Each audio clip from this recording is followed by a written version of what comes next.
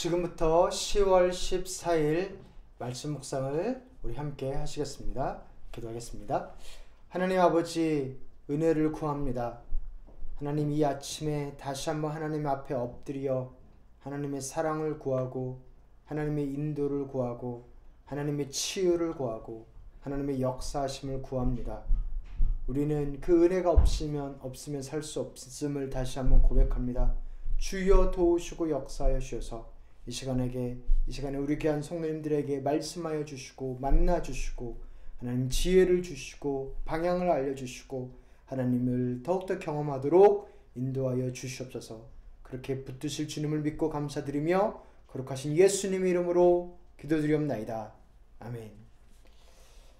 하나님께서 저희들에게 주시는 말씀은 사무엘하 16장 10에서 12절 말씀입니다. 함께 읽겠습니다.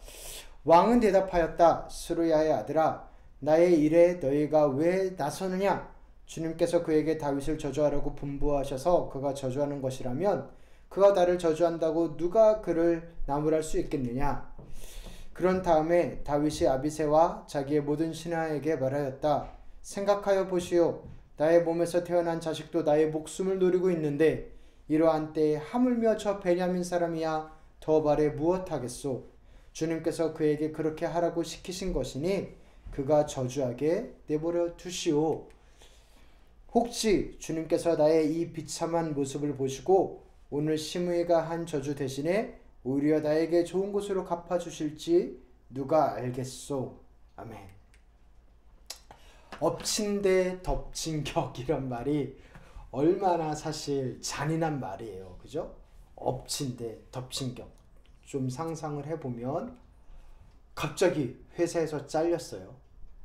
근데 돌아오는 길에 차 사고를 당했어요.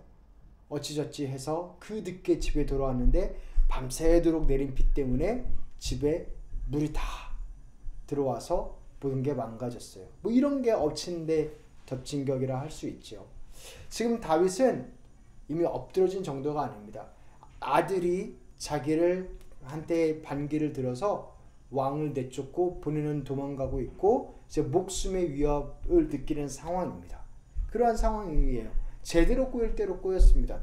졸지에 하루아침에, 말 그대로 하루아침에 왕에서 도망자가 되었습니다. 그런데 이 사무엘하 16장에서는 그러한 다윗에게 닥친 세 가지의 좀 일을 보여줘요. 엎친 데 덮친 격으로 나타나는 일입니다. 어떠한 위기 혹은 도전 앞에 섰을까요? 첫 번째로는 거짓말 앞에 섰습니다. 이렇게 어려움에 처하면 나를 도와주려는 사람도 있을 수 있는데요. 반대로 그러한 나의 처지를 이용하려는 사람도 있습니다. 네. 그렇게 수세에 몰린 나를 이용하고 속이고 자기 유리한 대로 끌고 가려는 사람들도 있는 겁니다. 잔인하지만 그런 사람들이 있습니다. 약점을 이용하는 사람들. 재난당한 사람을 오히려 이용하는 사람들. 그래서 다윗이 누구를 정말 사랑했는데 요나단 둘이 너무나 우정이 깊었죠. 이 요나단한테 약속했어요. 너네 가족 내가 책임지겠다고. 그래서 요나단한테 아들이 무비보셋이라는 아들을 되게 다윗이 잘 대해줬습니다. 이 무비보셋은 두 다리를 잃은 자였어요. 장애가 있는 자였어요. 지체 장애자였어요. 그런데 왕의 식탁에 매일 같이 밥을 먹으면서 되게 잘해줬는데 이 무비보셋은 어떻게 됐을까요? 다윗이 이렇게 도망가는 와중에 잘 모르고 있었는데 이 무비보셋을 섬기던 시바라는 사람이 있습니다. 그 사울 집안을 전체를 도와주던 종이에요. 이 시바가 어느 날 다윗을 찾아온 거예요. 그러면서 음식을 잔뜩 들고 옵니다. 안 그래도 도망가느라 정신없이 나오느라 이렇게 허기지고 힘들었을 그 사람들을 위해서 음식과 과일을 잔뜩 갖고 와서 대접하면서 이렇게 이야기를 하는 겁니다. 시바한테 그 다윗이 묻지요. 너 주인 무비보셋은 어딨냐? 물으니까 같이 한번 함께 읽어보겠습니다. 시바가 왕에게 대답하였다. 그는 지금 예루살렘에 머물러 있습니다. 이제야 이스라엘 사람이 자기 할아버지의 나라를 자기에게 되돌려준다고 생각하고 있습니다. 뭔 말이에요? 이제야 내가 왕이 될 기회다. 이렇게 생각하고 있다라는 거예요. 다윗 나가서 잘됐다. 이렇게 생각하고 있다라는 거예요. 거짓말이지. 거짓말입니다. 거짓말. 나중에 나오지만 거짓말입니다. 무비보셋은 자기가 두 다리를 잃었으니까 그는 자기가 같이 도망 나와서 다윗한테 폐를 끼치고 싶지 않아서 그냥 예루살렘에서 죽음을 맞이하겠다 그렇게 생각하고 있었던 거예요. 거짓말을 하는 겁니다. 다윗을 이용하는 겁니다. 그 상황을 그렇게 교활하고 간악하게 이용하는 겁니다. 그런데 이때 다윗은 어떻게 반응할까요? 그래라 그래요. 그리고 뭐라고 하냐면 그래 너가 전 재산을 가져라 그렇게 이야기합니다. 그렇게 거짓말에 난무하고 엎친 데 덮친 격으로 이렇게 이 혼란을 이용하는 자들이 있습니다. 그 앞에 서게 됩니다. 그리고 또한 다윗은 비난 앞에 서게 됩니다. 다윗이 바후림이라는 마을 가까이를 지나고 있는데 갑자기 어떤 사람이 나와가지고 쌍욕을 하는 거예요. 다윗을 욕하고 저주하고 막 하는 거예요. 다윗 옆에는 군대의 용사들도 있습니다. 군인이 있어요. 근데 이 사람은 겁도 없이 막 나와가지고 욕하는 거예요. 그러니까 옆에 있었던 아비새라는 장군이 왕이시여 제가 저기 좀 쓸어버릴까요? 네, 해결할까요? 묻습니다. 우리 같이 한번 읽어보겠습니다.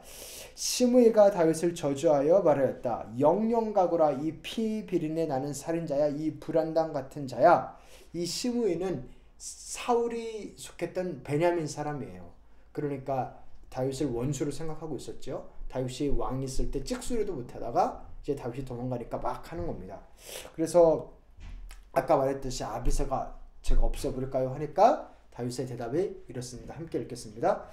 스루야의 아들아 나의 일에 너희가 왜 나서느냐. 주님께서 그에게 다윗을 저주하라고 분부하셔서 그가 저주하는 것이라면 그가 나를 저주한다고 누가 그를 나무랄 수 있겠느냐. 네, 아비새야 괜찮다. 만약에 하나님께서 저 사람을 통해서 나를 저주하는 거라면 내가 들어야 하지 않겠느냐. 하나님이 그렇게 하실 수도 있는 거 아니냐. 내가 지금 하나님 앞에 혼나고 있는데 하나님 앞에서 회개하고 있는데 이 저주가 사실 뭔 상관이냐. 사실 그 말이 다 맞는 말 아니냐. 그러한 심정인 거죠. 그 정도로 다윗은 가난해져 있고 사실 그 정도로 다윗은 하나님께만 집중하고 있습니다. 사실 누가 나 욕하면 얼마나 싫어요. 막 억울하고 막 없는 이야기 막 지어내면서 막 욕하면 억울하죠. 그리고 화나죠. 근데 다윗은 그러지 않았다고요. 그것도 하나님의 음성을 들을 정도로 지금 하나님께만 초집중하고 있는 겁니다.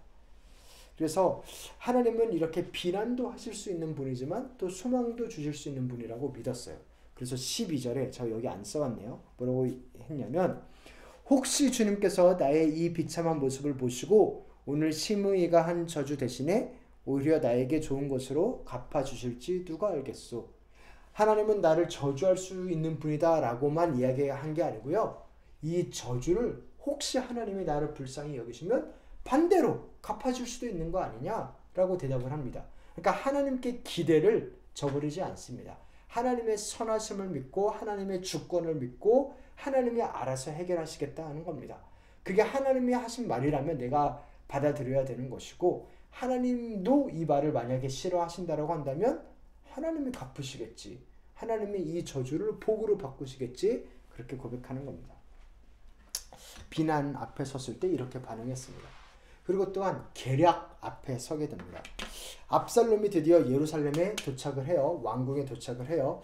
거기에 누가 있었냐면 후세도 있었습니다. 후세가 누구냐면 다윗을 너무나 사랑하는 다윗의 친구인데 다윗이 너 여기 있지 말고 성으로 가라 라고 해서 부탁해서 간 그 사람이에요. 왜냐면 거기서 도와달라고. 그래서 이 압살롬 옆에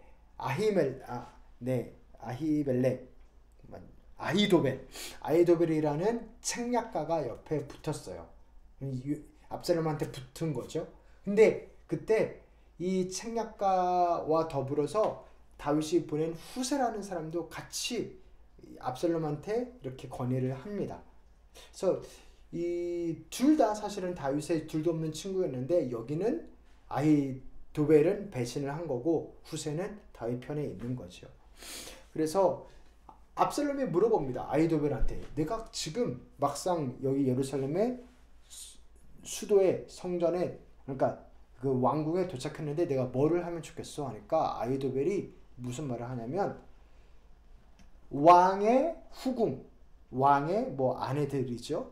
다윗의 아내들과 그 10명의 후궁을 남겨놓았는데 그들과 동침을 하십시오. 그럽니다. 그것도 사람들이 볼 수 있는 데서 동침을 하십시오. 그렇게 이야기를 해요. 그래서 실제로 그렇게 합니다. 우리 같이 한번 같이 한번 읽어보겠습니다. 그리하여 사람들이 옥상 위에 압살롬이 들어갈 장막을 차려주니 온 이스라엘이 보는 앞에서 압살롬이 자기 아버지의 후궁들과 동침하였다. 이걸 왜 한 거예요? 이 정도로 압살롬과 다니엘이 사이가 안 좋다라는 것을 보여주는 겁니다. 어떻게 보면은 어머니 뻘 되는 사람들과 같이 동침을 한 거니까. 그래서 이거는 압살롬을 지지하는 자들에게는 더더욱 뭐 이렇게 바람을 일으켜주는, 불을 붙여주는 그런 일과 같이 되죠. 우리의 왕이 진짜 대단해, 다윗보다 대단해, 막 이렇게 막 타오르게 할 수 있는 그런 일을 한 겁니다. 그렇게 백주대낮에 그런 일이 일어났고 나단 선지자가 이제 다윗에게 경고한 대로 밧세바를 너는 다윗 왕은 어두운 데서 사람들이 안 보는 데서 범하였지만 나중에 너의 아내들이 사람들이 다 보는 앞에서 이렇게 범함을 당한다라고 한 그 말씀이 이루어졌습니다. 죄는 너무나 많죠. 먼저는 거짓말이 난무하는 것. 사람은 혼란 가운데 도와줄 생각을 안 하고 이용하려는 사람들이 분명히 있습니다. 네, 있습니다. 그렇게 약삭빠르게 자기의 유익을 취하려고 하는 사람들이 있지요. 그래서 그 전에는 못했을 거짓말이나 계략이나 비난을 난무합니다. 우리가 이러한 특성을 우리가 좀 기억할 필요가 있는 것 같아요. 그래서 혼란스러우면, 그러니까 왕이 사라지면 어떠한 중심을 잡아주고 교통정리를 해줄 그 존재가, 권위가 사라지면 막 이렇게 먼지 일듯이 막 일어나는 거예요. 누구나 뭐 어떤 이야기를 해도 누구나 뭐 교통정리를 안 해주니까 자기 하고 싶은 말 막 다 하는 겁니다. 그런 혼란이란 게 있고 거짓말이란 게 있고 그런 게 있다라는 것을 우리가 알면 도움이 되겠죠. 모든 말을 다 혹하지 않겠죠. 네, 다 자기 유리한 대로 하려는 말이라는 것을 먼저 알고 반응을 할 수 있겠죠. 다윗한테 시바가 와가지고 했을 때 사실 다윗은 그거를 믿었는지 어쩐지 모르겠지만 그한테 모든 재산을 다 줬잖아요. 그렇지 않았겠죠. 그래서 우리가 그 특성을 준비하고 사람들이나 뭐 그러니까 상황들이 그렇게 자기 유리한 대로만 하려고 한다라는 것을 좀 기억하고 그런 죄성을 우리가 알고 있는 것이 참 필요한 것 같습니다. 그리고 그럴 때일수록 더욱더 분별력을 달라고, 지혜를 달라고, 거짓말은 거짓말로 들리고 진실을 발견할 수 있는 눈이 열리고 그 기도를 하면 너무나 좋겠습니다. 그리고 grace. 그렇게 다윗을 비난하는 대적들이 우후죽순 일어났지만 동시에 그 압살롬이 차지한 예루살렘 그 도성의 왕궁에 다윗 편들도 있었어요. 압살롬 편만 있지 않았어요. 후세, 그리고 사독, 그리고 아비아달, 이 제사장들 이렇게 있었습니다. 그래서 거기에서 그러니까 아히도벨, 그러니까 그 책략가, 압살롬 편에 붙어먹은 그 책략가가 여러 가지 책략을 하고 막 이렇게 머리를 짜내고 이렇게 비책을 이야기를 해도 그것을 이렇게 헷갈리게 하는 그러한 영향력이 있었다는 것입니다. 그래서 이렇게 볼 수가 있죠. 하나님이 누구 편을 손들어 주나. 결국 압살롬의 귀에 누구의 말이 들어가게 할 것인가. 그걸 보면서도 하나님이 어떻게 역사를 주관하고 계시고 어떻게 이 상황을 컨트롤하고 계신지를 볼 수가 있을 겁니다. 그래서 어느 순간에도 어떤 일이 일어나도 하나님의 컨트롤을 쥐고 계십니다. 어떤 악한 자가 막 정권을 잡는 것 같아도 여전히 하나님이 컨트롤하고 계십니다. 그것을 우리가 믿었으면 좋겠고 정말 실제로 그렇고 그게 은혜지요. 그게 다행인 것이죠. 하나님이 역사의 주관자시죠. 그리고 미션. 하나님 앞에 엎드리는 것이 아닐까 싶습니다. 네. 다윗을 생각해 보면 이미 너무나 감정적으로 소모가 너무나 많아요. 이미 지쳤습니다. 그리고 이 어려운 상황에서 남들은 거짓말을 하고 비난을 하고 그게 사실 감당이 안 되죠. 그래서 다윗은 하나님만 바라봤습니다. 하나님만 보려고 노력했습니다. 이 상황보다. 그래서 모든 상황들을 그 비난하는 것도 하나님의 음성으로 들으려고 할 만큼 이게 어쩔 수 없는 선택인 것 같기도 하고 참 잘한 선택인 것 같기도 하고 네, 그렇게 하나님을 바라보고 하나님이 허락하신 일들만 일어난다라는 믿음 안에서 하나님 안에서 모든 것을 바라보려고 노력하고 해석하려고 노력하는 것, 그러한 지혜가 우리에게도 있으면 너무나 좋겠습니다. 그렇게 겸손하지만 자포자기하지 않고 교만하지 않고 회개하고 또한 회개 가운데 회복을 기대하고 나를 놓아버리는 게 아니라 그러한 모습을 우리가 더더욱 이렇게 다윗을 통해서 배우기도 하고 하나님이 그렇게 우리를 인도하신다라는 청사진이기도 하고 이렇게 우리 삶 가운데 여러 가지 일들 가운데에서 하나님의 선하심을 기억하고 그 은혜를 정말 맛보기를 다시 한번 기도하고 기도합니다. 하나님 아버지 감사합니다. 다윗 이야기가 이렇게 나아갑니다. 참 기가 막힐 겁니다. 너무나 어려울 겁니다.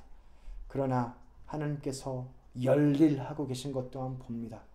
하나님 우리의 삶에도 기가 막히고 참 어이가 없고 비난이 난무하고 거짓말이 난무하고 그런 것들도 참 보는데 그러나 그 가운데도 하나님의 계획이 있고 하나님이 일하고 계심을 저희가 믿습니다.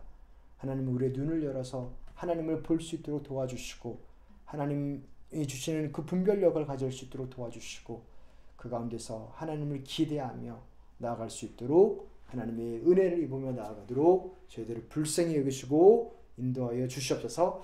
이제는 우리 주 예수 그리스도의 은혜와 하나님 아버지의 사랑과 성령님의 교통하심이 하나님의 선하심을 믿으며 하나님 앞에 엎드리며 그러나 또한 하나님 안에서 고개를 들며 나아가는 우리 귀한 성도님들 한 분 한 분 가운데 그 기도 제목들 가운데 이제부터 영원토록 함께 있을지어다. 아멘.